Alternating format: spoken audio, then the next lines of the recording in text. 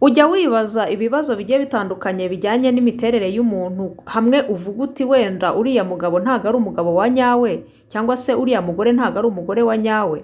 Wowe se ujya wibona ukabona uri umugabo wa nyawe cyangwa se umugore wa nyawe? Uyu munsi kuri uyu mwanya tuje kwibukiranya ku bintu bikwiriye kuranga umugabo wa nyawe ndetse n'ibikwiriye kuranga umugore wa nyawe. Ibi nabikuye ku byavuzwe n'umunyamakuru akaba n'umusomyi w'ibitabo cyane ariwe Dashim. Njyewe ugiye kubibagezaho nk'ibisanzwe ndi Reyini Lioness.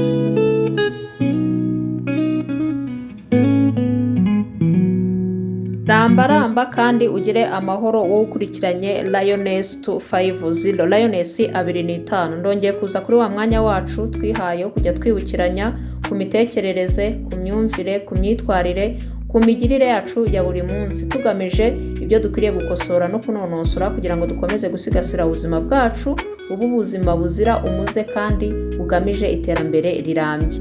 Reka mbanze ngushimire kandi wowe wakoze subscribe, ngushimire nawe ugira uruhare urwo ari rwo rwose mu kwibukiranya kwacu. Uri umuntu w'agaciro kandi Imana ikomeze ikumpere umugisha. Natangiye mbivuga ko uyu munsi tuje kureba umugabo wa nyawe ndetse n'umugore wa nyawe, ibibaranga ni ibihe. Nyuma yo kumva ibi biranga aba bantu, nawe uraza kwishyira mu rwego rwawe umenye niba uri umugabo wa nyawe cyangwa se uri umugore wa nyawe. Ndizera ko uraza kwisanga uri uwa nyawe. Nk'uko bajya babivuga bati ladies first, umugore imbere na mbere. Reka tubanze turebe umugore wa nyawe ibimuranga ni ibihe, ibyagakwiriye kumuranga ni ibihe. Umugore wa nyawe buriya ngo aba agomba kubaha umugabo we, akamugandukira. Ngira ngo na Bibiliya irabivuga, iyo abantu bagiye gusezerana barabibabwira ko umugore aba agomba kugandukira umugabo we. Aha niho haziramo ko buriya umugore wa nyawe aba akwiriye gusaba uruhushya umugabo we ku kintu icyo ari cyo cyose agiye gukora.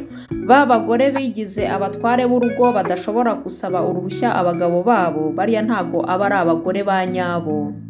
Umugore wa nyawe kandi arangwa no kudaha umwanya abandi bantu abo ari bo bose cyangwa se undi muntu uwo ari we wese. Nta kururukuru n'abandi agira. Ibi bimufasha kugira ngo agume mu murongo muzima, atagendeye mu bigare by'abandi bimwe bimutesha umurongo ashobora kujyamo bikaba byanamusenyera. Umugore wa nyawe kandi ngo arangwa no kutemera impano za hato na hato z'abandi bagabo. Buriya ziriya mpano za hato na hato ziturutse ku bandi bagabo, uko byagenda kose nyuma usanga zizanye ibibazo mu mubano w'umugabo n'umugore. Rero umugore wa nyawe ntago aba akwiriye gufata ziriya mpano za hato na hato zikomotse ku bandi bagabo.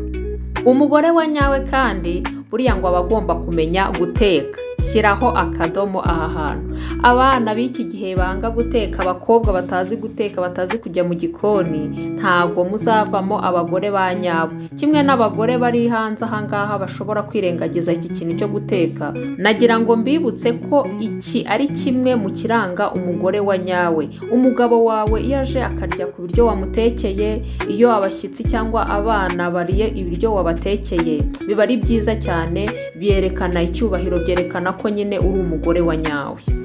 Umugore wa nyawe kandi ngo agomba kumenya kuzamura umutungo w'urugo. Aha ho baranabivuga cyane mu Kinyarwanda ko ukurusha umugore akurusha urugo. Ni ukuvuga ko umuntu ukurusha umugore mwiza, uzi ubwenge, uzi guteza imbere urugo, uzi icyo gukora kugira ngo urugo rutere imbere, aba akurusha urugo nyine, kuko urugo rwe ruzatera imbere. Ibyo byose biva ku mugore umenya uko azamura umutungo w'urugo rwe. Hari abagore bamwe na bamwe muri iyi minsi baba bariyemeje bakavuga bati bo icyo bagamije ni ugukoresha umutungo w'urugo, kuwumara, kuwusesagura, akaba ari cyo bakora gusa. Ariko biriya ntago ari byo, ntago biranga umugore mwiza. Umugore mwiza numenya uko asigasira uwo mutungo w'urugo, urugo rugakomeza gutera imbere. Umugore mwiza kandi ngo atoza umuhungu we kuba umwami. Kuba umwami ni ugufata inshingano no kumva ko umuntu akomeye koko, kuko umwami ni umuntu uba ukomeye. Umuntu watojwe kuba umwami avamo umuntu ukomeye kandi ugira akamaro. Rero umugore mwiza nawe atoza umwana we kugira ngo azabe umwami, kandi ikindi nawe aba yumva ari ishema igihe bazaba bavuga bati uriya mwana ni uwa kanaka. Mama we nawe bimuhesha ishema ko yareze neza, ko yatoje umwana we neza. Umugore mwiza ngo yumva ari amahirwe yo kugira umugabo we. Kugira ngo umuntu abe umugore w'umuntu nuko aba yamuhisemo, yumva ari we yifuza kubana nawe ubuzima bwe bwose. Rero umugore mwiza iyo yafashe amahitamo y'umugabo we, aba yumva ari amahirwe kuba afite uwo mugabo, kuba yumva bari kumwe, aba yumva ari ishema kandi ari amahirwe kuba mufite, kuko hari abandi bashobora kuba baramumutwaye, ariko we kuba mufite aba byumvamo nk'amahirwe. Uwo ni umugore mwiza ufata umugabo we gutyo. Bitandukanye na bamwe bajya bavuga bati kuba mfite uyu mugabo ni nk'umwaka nagize, hamwe usanga bavuga bati se habaye guhitamo kundi mu bundi buzima, cyangwa se ubonye nk'amahirwe yo gufata umugabo wakongera gushaka uwo wawe. Hari abavuga ko batakongera gushaka abagabo bari kumwe nabo, gusa ibi nanone biterwa n'uko n'umugabo we yitwara, kuko turaza kureba n'umugabo mwiza ibimuranga, umugabo wa nyawe ibimuranga. Umugore wa nyawe kandi ngo arikunda, akiyubaha, akanagira imbabazi. Buriya muri kamere y'abagore ubusanzwe bagira imbabazi ndetse bakagira n'impuhwe. Rero iyo umugore atikunda, ubona ari umuntu umeze nk'igisare nk'iki, ntago aba ari umugore wa nyawe. Ikindi iyo atikunda ntashobora no gukunda abandi, nk'uko tujya tubyibukiranyaho, twigeze kubyibukiranyaho ko umuntu atanga ibyo aba afite. Iyo umuntu atikunze nta nubwo yabasha gukunda abandi nk'uko bikwiriye. Umugore wa nyawe rero nawe ibyo bigomba kumuranga byo kwikunda, kwiyubaha ndetse no kugira imbabazi. Umugore wa nyawe ikindi ngo akunda gusingiza se. Muri kamere muntu ubusanzwe umukobwa aba yifuza ngo gushaka umugore umeze nka se. Niyo mpamvu uzasanga umugore wa nyawe aba akunda gusingiza se, kuko abamubonamo ibyiza, kandi ibyo byiza abamubonamo nibyo yagiye ashaka no ku mugabo aba afite. Iyo akunda gusingiza se bivuze ko n'umugabo we aba amunyuze, aba yumva ameze neza ari kumwe n'umugabo umeze nka se. Umugore wa nyawe kandi buriya ashobora kwitanga, hamwe ashobora kureka akazi kugira ngo yite ku muryango we. Kuri we umugore wa nyawe abona ko umuryango ari we wa mbere na mbere, ibindi bikaza bikurikira umuryango. Ibi bita byumvikana ko umugore wa nyawe azita ku bana, ntabwo ari wa wundi uzagenda ngo abaterere umukozi cyangwa se abaterere undi muntu we nta ruhare agize rwo kugira ngo yite ku bana be. Uwo ni umugore wa nyawe. Ikindi, umugore wa nyawe ntabwo aba ari umusinzi, ntabwo aba ari umunywatabi cyangwa se unywa ibiyobyabwenge. Inzoga, itabi n'ibindi biyobyabwenge byose ni ibintu bituma umuntu adakora nk'uko yagakwiriye gukora. Ubwenge bwe ntabwo buba buhari, nyine buba bwagiye. Iyo umuntu akoreshejwe n'ibyo ngibyo yanyoye, ntabwo aba ari we uba uri gukora. Rero umugore wa nyawe ntabwo arangwa na biriya bimutwara ubwenge. We akora ibyo yatekerejeho, akoresha ubwenge bwe buri karemano, nta bindi bimuvangiye. Umugore wa nyawe kandi gukora imibonano mpuzabitsina n'umugabo we abifata nk'igikorwa gitagatifu, ntabwo agifata nk'igikorwa cyo kwishimisha. Nubwo muri kamere muntu abantu basigaye bafata gukora imibonano mpuzabitsina nk'ibintu bisanzwe biri aho ngaho, ariko ntabwo ubundi ariko byagakwiriye kugenda. Biriya ni igikorwa cyagakwiriye kubahwa, kubera ko ni igikorwa kivamo ubuzima, kirema ubuzima. Rero umugore wa nyawe kiriya gikorwa agifata nk'igikorwa gikwiriye kubahwa. Ibi bikaba ari nabyo bishobora kumurinda kuba yajya mu bandi bagabo cyangwa se gushukwa n'abandi bagabo. Icyo twasoreza ku mugore wa nyawe, Dashimu yaravuze ati umugore wa nyawe atera imbaraga umugabo mu gukora cyane. Ntabwo ari wa wundi uza ngo amuce intege cyangwa se ibyo yakoze byose abihindure ubusa, ahubwo amutera imbaraga, akamushyigikira kugira ngo akore, bityo bose batere imbere. Iwe aba agamije gushyigikira urugo, nk'uko twanabibonye ko umugore wa nyawe atekereza ku iterambere ry'urugo rwe. Ibyo tubonye ni ibiranga umugore wa nyawe. Wakwibaza uti se umugabo wa nyawe we arangwa n'iki? Reka dukomeze tureba ibiranga umugabo wa nyawe nk'uko byavuzwe na Dashimu. Icya mbere na mbere, umugabo wa nyawe arakunda. Nk'uko abitegekwa na Bibiliya, umugabo wa nyawe aba agomba gukunda, naho mu gihe twabonye ko umugore agomba kuganduka. Umugabo wa nyawe kandi yishimira kunengwa akanikosora. Twarabibonye ko umuntu ukora ari nawe ukosa, kandi iyo umuntu akosheje akabyemera aba afite n'amahirwe menshi yo gukosora, bityo agakora neza ibyo yakosheje akabyigiramo isomo rikomeye. Umugabo wa nyawe ngo ntashishikazwa no gusesengura imihindagurikire y'umubiri. Uriya imiterere y'abagore usanga igenda ihinduka, hamwe iyo umugore amaze kubyara 1, 2, 3 gutyo agenda wenda agahinduka akabyibuha cyane bitewe n'uko imihindagurikire y'umubiri yagiye igenda. Umugabo wa nyawe rero ntakangwa n'ibyo ngibyo ngo yumve ko umugore we ashobora kumuta kubera ko yahindutse, yabaye uko atabishakaga, ngo yateye nabi, ngo ntagifite mu nda zeru. Oya, umugabo wa nyawe ntashishikazwa n'ibyo ngibyo kuko abazi ko ari ibintu bibaho kandi ntacyo umuntu yabikoraho, aba ari ibintu bije gutyo.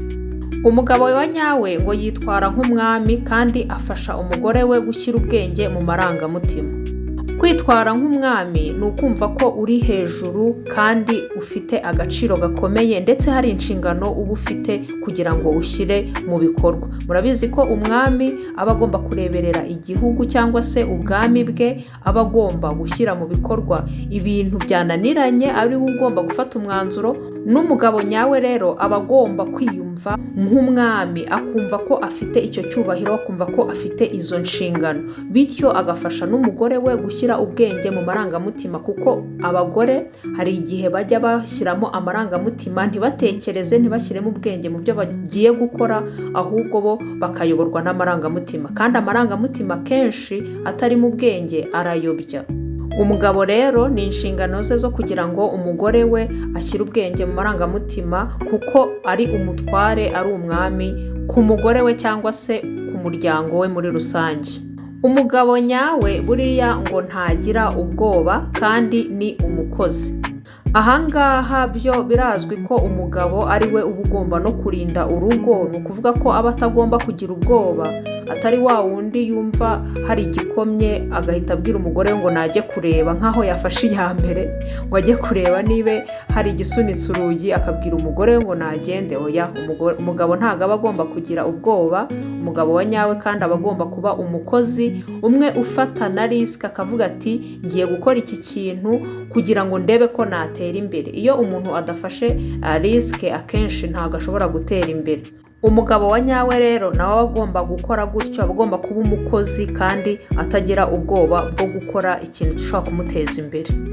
Ikindi kiranga umugabo wa nyawe ni uko aba agomba kutaba inganzwa. Umugabo wemera kuba inganzwa ntabwo aba ari umugabo wa nyawe.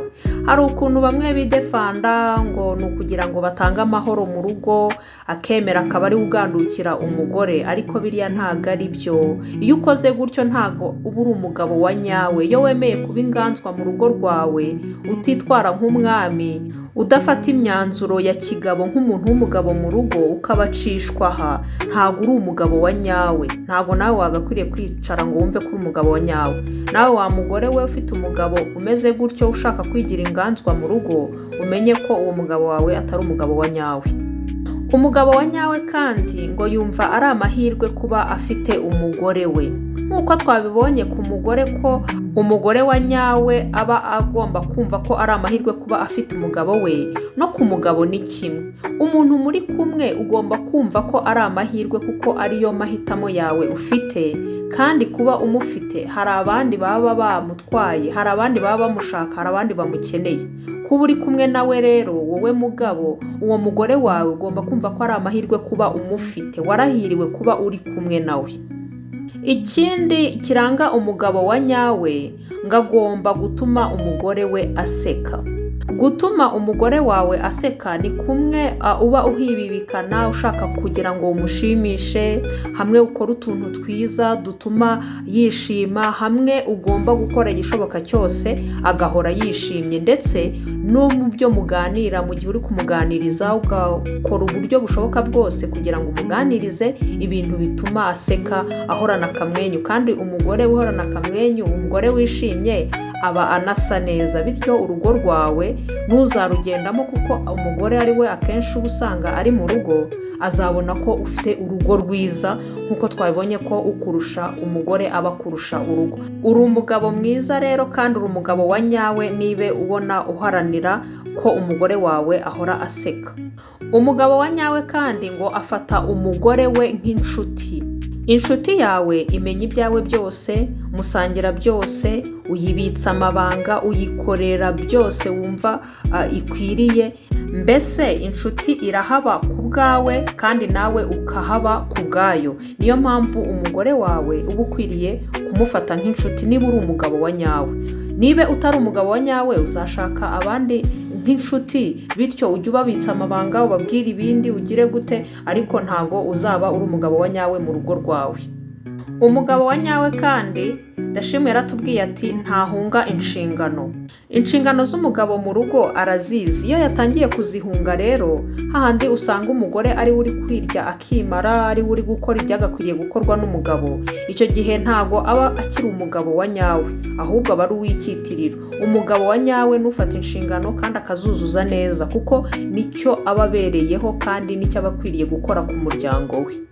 Umugabo wa nyawe ikindi ngo arihangana kandi akamenya no gutega amatwi. Umugabo wa nyawe aba akwiriye kumenya gutega amatwi kuko aba ahagarariye umuryango, hari ibyo aba akwiriye gukemura, hari inshingano aba agomba gufata. Niyo mpamvu aba akwiriye no kumenya gutega amatwi kandi akihangana, ibije mu muryango byose akwiriye gukemura akabyihanganira kugira ngo abashe kubikemura neza. Umugabo wa nyawe kandi buriya ngo agomba kuba mwiza mu gitanda.